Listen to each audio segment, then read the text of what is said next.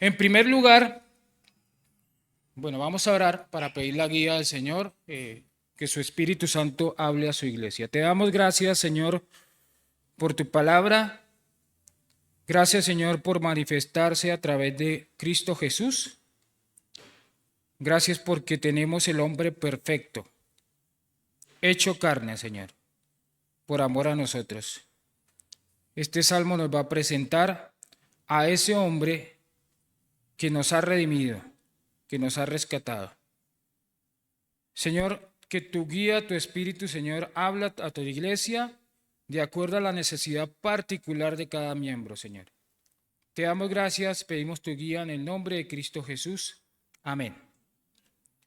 Entonces, David allí contempla la creación de Dios y expresa lo siguiente. Versículo 1 dice: Oh Jehová, Señor nuestro, cuán glorioso es tu nombre en toda la tierra.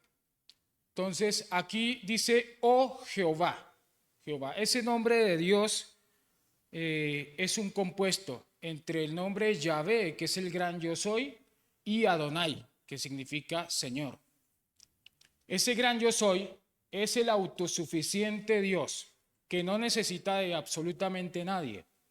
Por eso usa este nombre, este título, David, para describir a Dios, a un Dios que todo lo puede, que es glorioso, que es maravilloso y que no necesita que nadie le ayude, que no necesita que nadie le dé una mano, porque Él es todopoderoso. Este mismo gran yo soy es el que se expresa, por ejemplo, recuerdan que Moisés mató a un egipcio porque él tenía un celo por su pueblo, recuerdan, y él huyó al desierto, y en el desierto, después de 40 años, Dios le habla y le dice: acércate, pero quítate el calzado de tus pies. Y dice: yo soy, entonces usa ese título Jehová, Yahvé, yo soy el Dios de Abraham, el Dios de Jacob y el Dios de Isaac, el eterno Dios. Y entonces Moisés dice, asombrado, maravilloso, bueno, ¿quién soy yo? En cierta manera, para la comisión en la cual me has enviado, porque Dios le está diciendo: ve y saca de Egipto a mi pueblo. Entonces Moisés en su temor dice: Señor, pero ¿quién soy yo? O sea, no sé hablar. Y entonces Dios le dice algo maravilloso. Dios le dice: diles que yo soy, me envió a vosotros. Que yo soy, me envió a vosotros. Y es el mismo título que aquí David le da a Dios: el autosuficiente Dios, el todopoderoso, que no necesita de nadie, que es glorioso. Dice: oh Jehová, Señor nuestro, cuán glorioso es tu nombre en toda la tierra. En toda la tierra. Es decir, Dios es el dueño absoluto, el gobernador, el soberano, el Señor.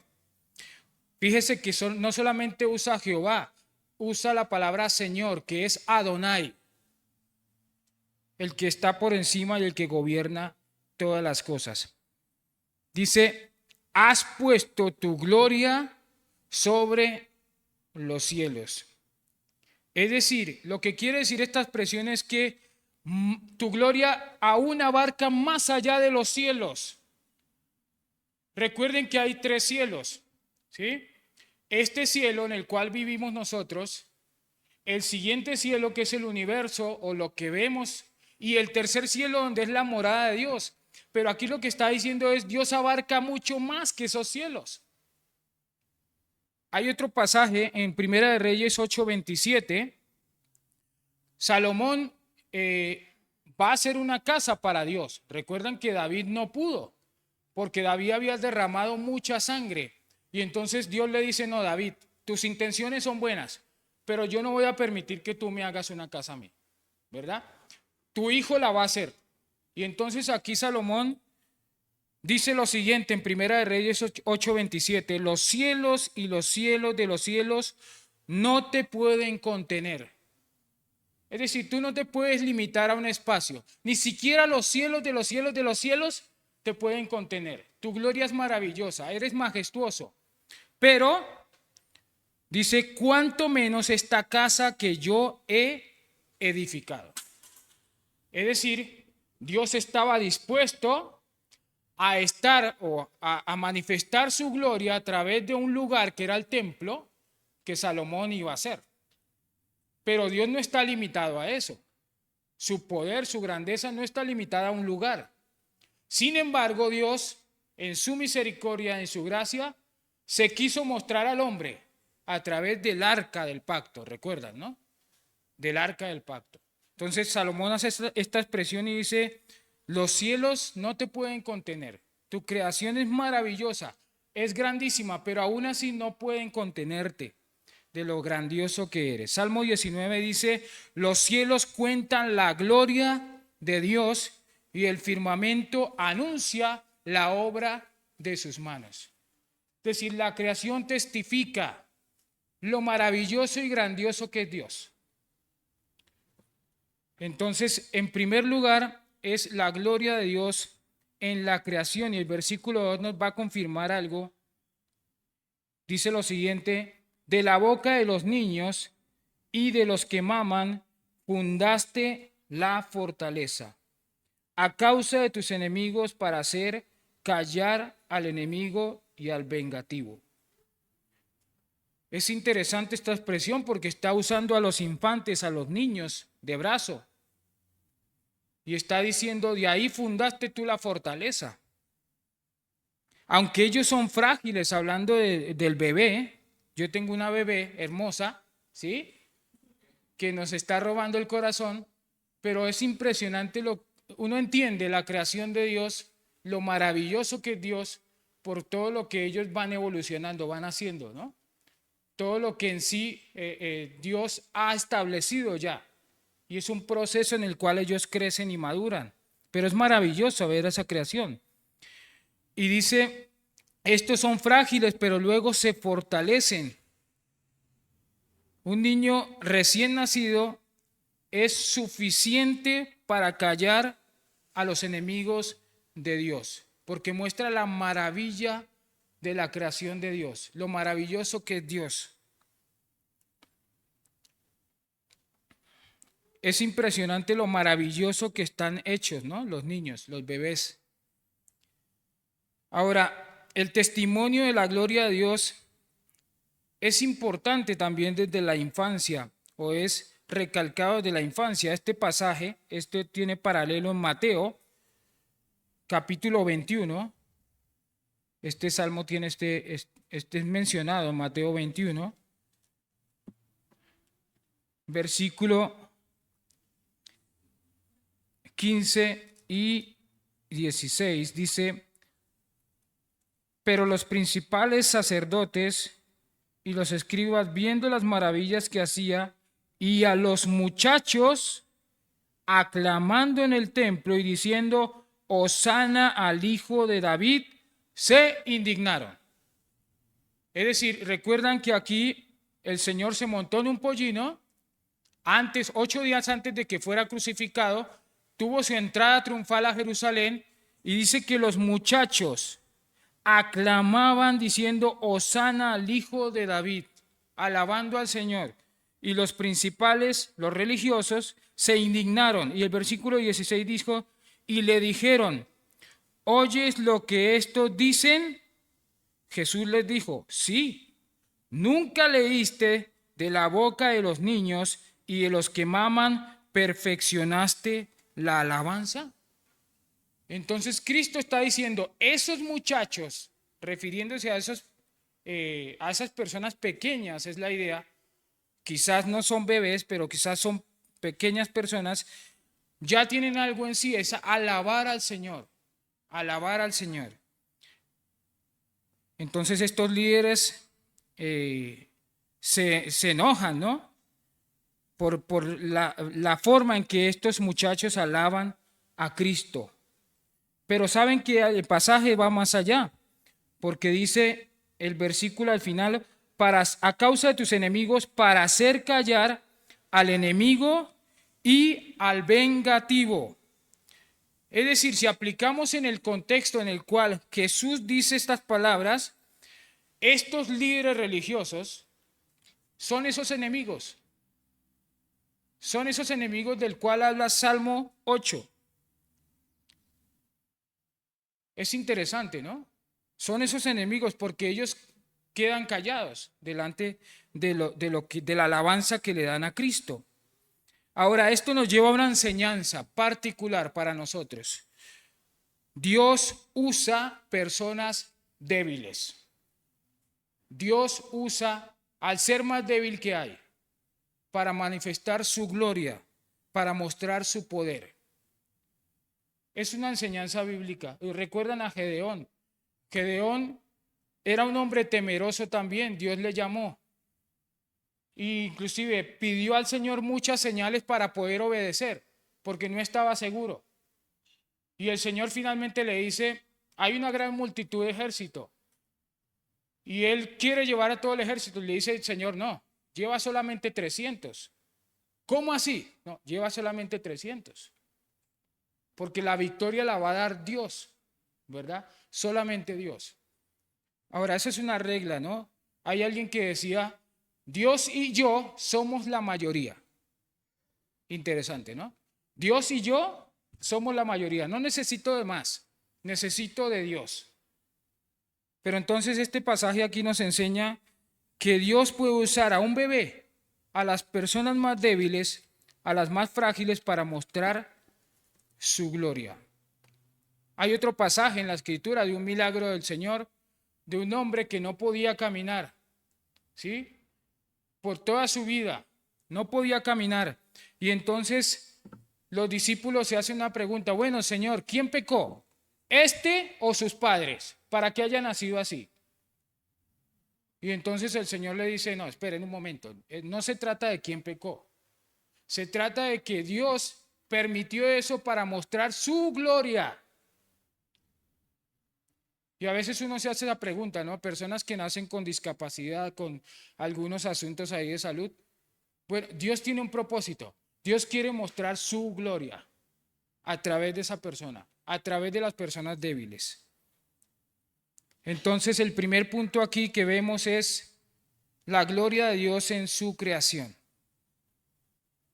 Dios también usa Romanos capítulo 1, versículo, no recuerdo bien ahorita el versículo, pero habla de que los inconversos no tienen excusa delante de Dios, porque Él ha hecho una maravillosa creación, maravillosa, la cual da testimonio del gran Dios que hay. No tienen excusa alguna. Entonces, en primer lugar es la gloria revelada en la creación. En segundo lugar, ya teniendo que ver un poco con el hombre, va el versículo 3 al 4. Dice, cuando veo tus cielos, obra de tus dedos, la luna y las estrellas que tú formaste, digo, ¿qué es el hombre para que tengas de él memoria? Y el Hijo del Hombre para que lo visites. Entonces, Dios se revela al hombre porque Él quiere tener misericordia del hombre. Dice, ¿quién es el hombre? Insignificante, ¿verdad? Para que tú le tengas en cuenta. Esa es la idea. ¿Por qué tuviste en cuenta al hombre siendo él tan pequeño, tan frágil, tan débil? Bueno, Dios tiene un propósito. Hay un pasaje en Isaías 41:14 donde Dios le habla a Israel y su pueblo y le dice, no temas, gusano de Jacob. No temas. Le está hablando a un pueblo grande y le dice, no temas, gusano de Jacob, oh vosotros los pocos de Israel. Es decir, eres insignificante, realmente no eres sino un gusano, pero no temas, no temas. Yo soy tu socorro, dice Jehová, el Santo de Israel. Isaías 40:22 dice, el que está sentado sobre el círculo de la tierra, cuyos habitantes son como langostas, insignificantes, langostas. Job 38:4 dice, Dios enfrentando a Job, le dice, ¿dónde estabas tú, Job? cuando yo hice todas las cosas. Porque Job tenía una actitud como de cuestionar y preguntarle a Dios, bueno, ¿por qué me pasan estas cosas que me están pasando? Y Dios le dice, espera un momento, espera. ¿Dónde estabas tú cuando yo hice todas las cosas? La grandeza de Dios y la insignificancia de nosotros como seres humanos. Sin embargo, Dios hace de nosotros el objeto de su atención. A pesar de lo que somos, lo frágiles, lo pequeños, lo insignificantes que somos, Dios hace de todo lo que hizo, tiene que ver con nosotros. El sol, la luna, las estrellas, todo lo hizo en cierta manera para nosotros, a pesar de que somos frágiles y pequeños. Entonces, Dios manifiesta su gloria en el hombre de una manera especial. Tercer punto, vamos a ver de ahí en adelante, dice la gloria de Dios en Cristo. La gloria de Dios en Cristo. Versículo 5 dice, le has hecho poco menor que los ángeles y lo coronaste de gloria y de honra. Le hiciste enseñorear sobre las obras de tus manos, todo lo pusiste debajo de sus pies. Entonces aquí está hablando del hombre en general, pero tiene una aplicación a Cristo. Porque en primer lugar, Dios puso a Adán. Ustedes recuerdan que Dios hizo al hombre y le puso una responsabilidad. Señorea sobre la creación. Es decir, tiene dominio sobre todo lo que hice. Te pongo como administrador. Pero el hombre falló. Génesis 1:26, vamos allá. Génesis 1:26, 28.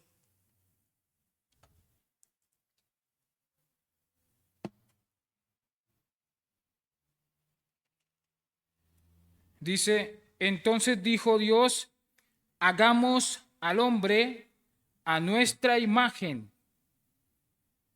Esa parte es muy importante. Dios hizo una clara distinción entre los animales y el hombre. Dios hizo al hombre a su imagen. A su imagen. Pero dice también, a nuestra imagen, conforme a nuestra semejanza, y señoreen los peces del mar. ¿Ven? Señoree, esté por encima, esté gobernando sobre los peces del mar, en las aves de los cielos, en las bestias, en toda la tierra y en todo animal que se arrastra sobre la tierra. Y creó Dios al hombre nuevamente a su imagen. A imagen de Dios los creó, varón y hembra. Es decir, la mujer también, no solamente el hombre. Algunos enseñan mal esta parte. El hombre y la mujer, tanto el hombre como la mujer han sido creados a la imagen de Dios. Los dos, ambos. Los creó. Versículo 28. Y los bendijo Dios y les dijo, fructificad y multiplicaos, llenad la tierra y sojuzgarla, señoread en los peces del mar y en las aves de los cielos y en todas las bestias que se mueven sobre la tierra. Entonces Dios da una clara autoridad al hombre para que él señoree a Adán y Eva sobre toda su creación. Adán recibió este privilegio de administrar la creación de Dios, pero Adán pecó. Adán pecó, ¿verdad? Y ¿saben qué pasó? Satanás tomó ese lugar. Satanás tomó ese lugar. Vamos a ir a Lucas. Lucas 4, en la tentación de Jesús,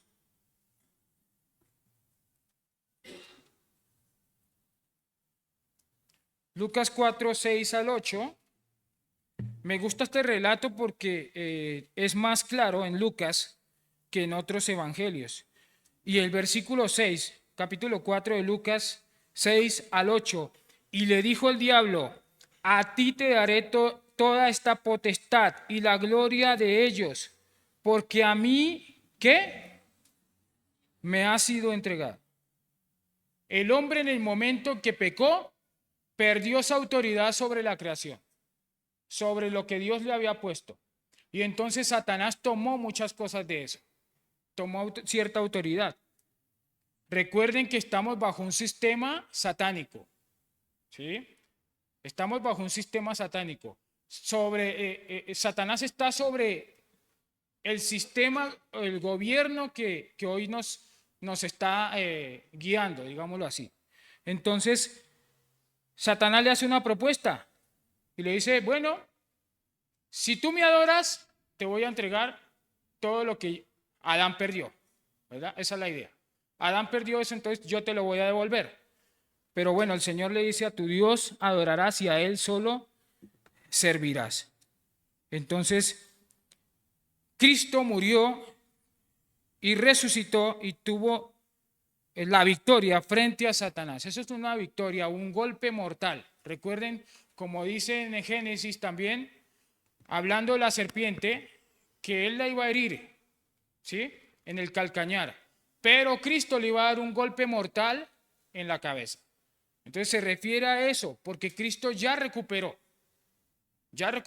porque ya Dios le ha dado la autoridad sobre todas las cosas.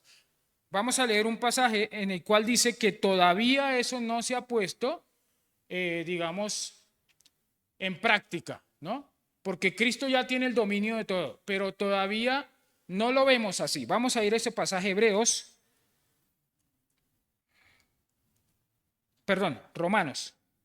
Romanos 8.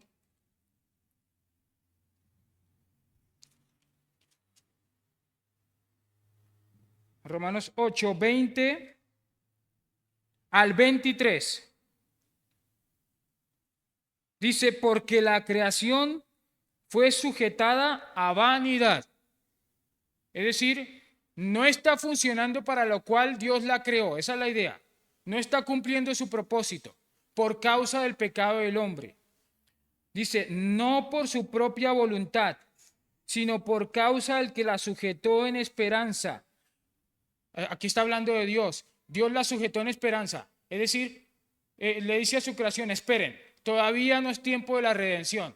Cristo va a redimir la naturaleza, así como nos ha redimido a nosotros, pero la va a hacer en el futuro. Versículo 21, porque también la creación misma será libertada de la esclavitud de corrupción a la libertad gloriosa de los hijos de Dios. Porque sabemos que toda la creación gime a una y aún está con dolores de parto hasta ahora.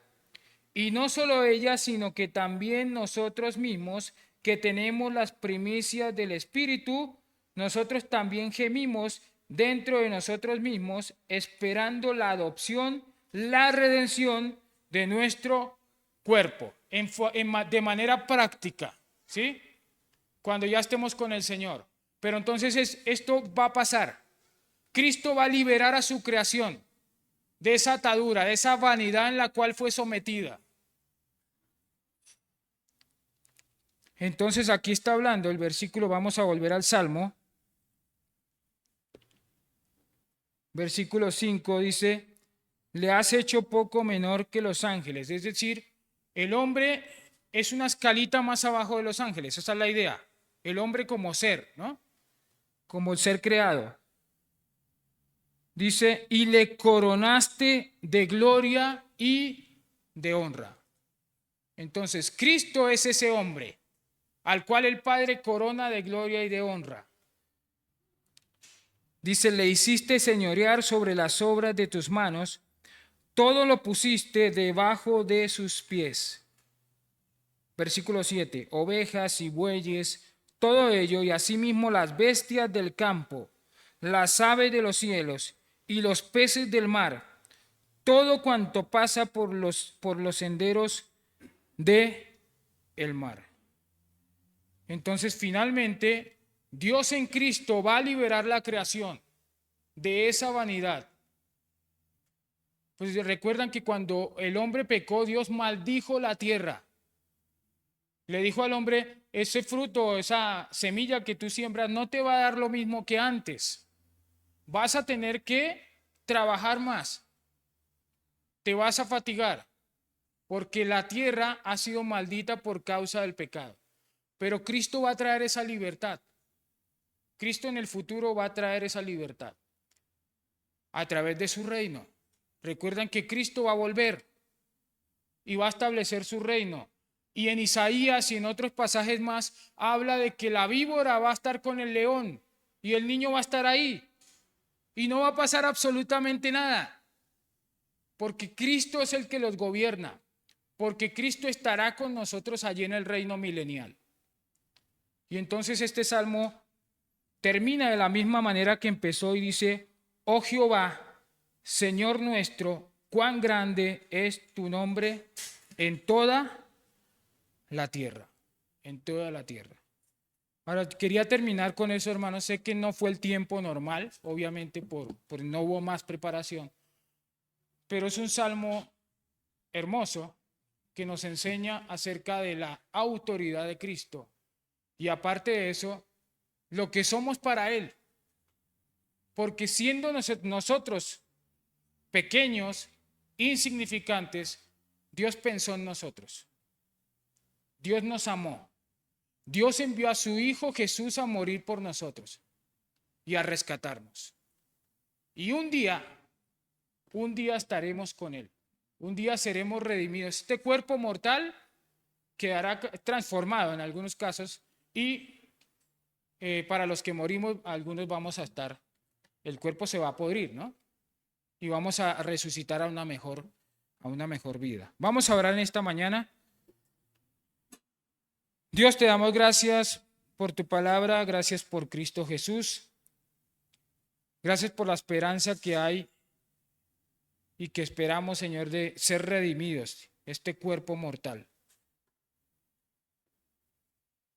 Señor, tenemos la esperanza de que Cristo va a establecer su reino y va a volver. Y va a volver a tomar lo que perdimos, esa autoridad sobre toda la creación. Ayúdanos a contemplar ese Dios tan grande que tenemos y que lo llevemos a cabo en nuestra vida, que lo tengamos en cuenta como un Dios poderoso, un Dios glorioso que está sobre todas las cosas. Gracias por tu palabra en Cristo Jesús. Te damos gracias. Amén. Muchas gracias, hermanos.